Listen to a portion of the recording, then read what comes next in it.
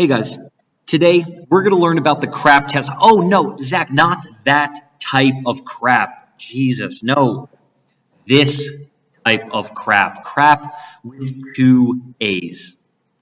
See guys, even after you've located a resource that you believe will help you to answer your research question, we're not yet done. We need to ensure that that resource is in fact reliable. And the way that we ensure that a resource is reliable by using something called the CRAAP test. Now, before we actually dive a little bit more deeply into the specifics of the CRAAP test, let's talk about why we need the CRAAP test. In other words, why do we need to make sure that the information that we're locating, that we're finding online is reliable? Well, first, guys, we know that fake news is abundant. We've already learned this. Here are just some examples of fake news websites and fake news outlets. Check this out: WashingtonPost.com.co, American News, the Denver Guardian. These are examples of fake news seeking to confuse you, to bamboozle you, to confuzzle your brains. It's designed to hide behind what seems to be reliability and authority. We use the CRAAP test to be able to pierce through that armor. Second reason why we use the CRAAP test to determine reliability, why it's so essential, is it comes from or an excerpt, I should say, from a book by Oliver Sacks. And it starts kind of down here, and it says, "Indifference to source allows us to assimilate what we read, what we are told, what others say and think and write and paint as intensely and richly as if they were primary experiences." You see, guys, what Oliver Sacks is saying here is that if we, or let me say it like this, over time, we're going to forget ultimately where this information came from. We might remember the information, but we're going to forget the tag of that information. As such, we need to be certain that the information we collect over time is reliable in the first place. That way our brain isn't totally muddled with fake and false information. Now, guys, the other reason that we're going to do this, that we need to take a look at CRAAP and we need to ensure reliability of our sources, is sometimes we think that our sources are reliable, like they come from CNN or ABC News or CBS. They come from these outlets that we've heard of. We're going to watch two videos to show you that even if you've heard of the outlet, it's still essential to CRAAP test it.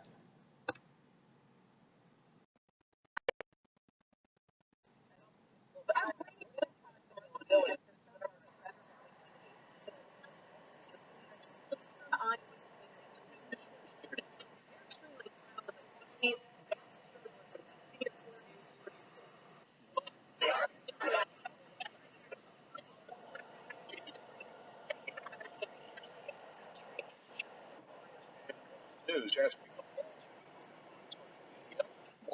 some public stories about checking sharing.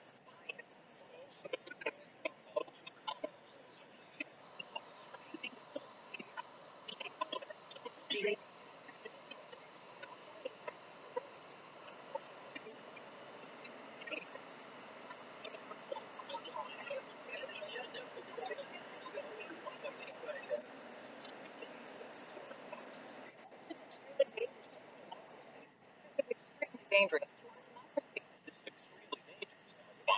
This is extremely dangerous to our democracy. This is extremely dangerous to our democracy. Extremely dangerous to our democracy. This is extremely dangerous to our democracy. This is extremely dangerous to our democracy. Extremely dangerous to our democracy. Extremely dangerous to our democracy. This is extremely dangerous to our democracy. This is extremely dangerous to our democracy. Now, guys, pardon me, went ahead a slide there. Now let's learn a little bit from a Washington Post video. That's going to break that previous video down, give it a little bit of context so you can better understand the ways in which, well, Sometimes even sources that we believe to be reliable aren't necessarily. As such, and again, we have to be hyper vigilant in using the CRAAP test to check reliability.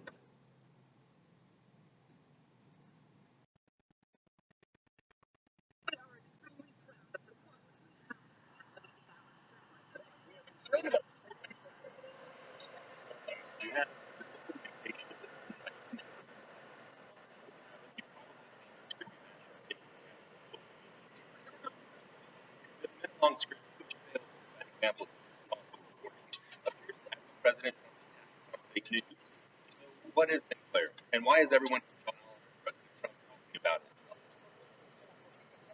For most of its existence, Sinclair has been the biggest broadcast company that no. Based just outside Baltimore, Sinclair was founded by Julian Sinclair Smith in 1971, with David Smith serving as the company chairman. Over the past 5 decades, Sinclair has grown into the nation's largest TV station, nearly 200 affiliates, concentrating in smaller markets like Green Bay, Scranton, or Cincinnati. Sinclair owns or operates affiliates Fox, ABC, CBS, NBC, and Univision in areas of the country that voted for Donald Trump over Hillary Clinton by 19-point margin on average. In March, Sinclair stations began running these must-run spots, segments that news directors absolutely have to be about fake news media.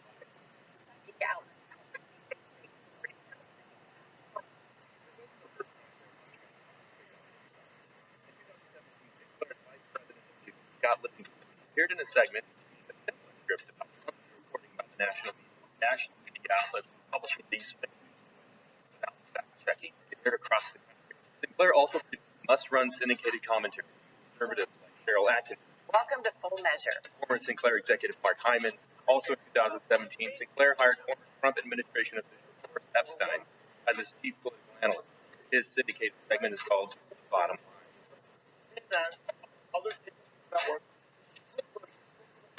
Sinclair has been criticized for supporting conservative causes. During the 2004 presidential election, several Sinclair stations aired portions of the documentary critical of Democratic candidate John Kerry.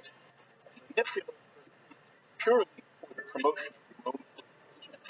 During the 2016 presidential campaign, Sinclair stations in swing states ran 15 exclusive interviews with Donald Trump, including 11 during the final 3 months of the campaign. It also ran 10 interviews with his running mate Mike Pence. This compared to the 5 interviews Sinclair stations aired with Democratic candidate Tim Kaine and 0 with Hillary Clinton.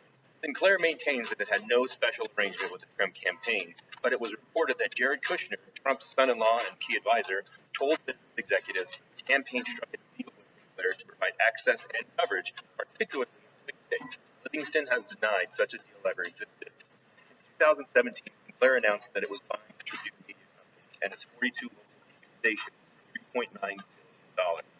This would give the media giant access to 70% of the nation's TV households.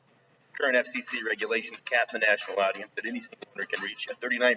But FCC Chairman Ajit Pai, who was appointed by President Trump in early 2017, has indicated that he wants to limit TV ownership. Sinclair refers to its fake news spots as its journalistic responsibility campaign, and has defended it by saying they were responding to public distrust in the news channel, and that they serve no political purpose. This is extremely dangerous to our democracy. This is extremely dangerous to our democracy. This is extremely dangerous to our democracy. This is extremely dangerous. So guys, what you can see from that, of course, is, well, pretty simply, that even if you think a source is reliable, there's a chance that the people behind it are not. Now, we're going to dive way more deeply into that, but for right now, take a look. The CRAAP test is currency, relevance, authority, accuracy, and purpose. We're now going to watch one more video where I just quickly break this down and help you to construct a foundational familiarity with each of these 5 points. See you then, guys.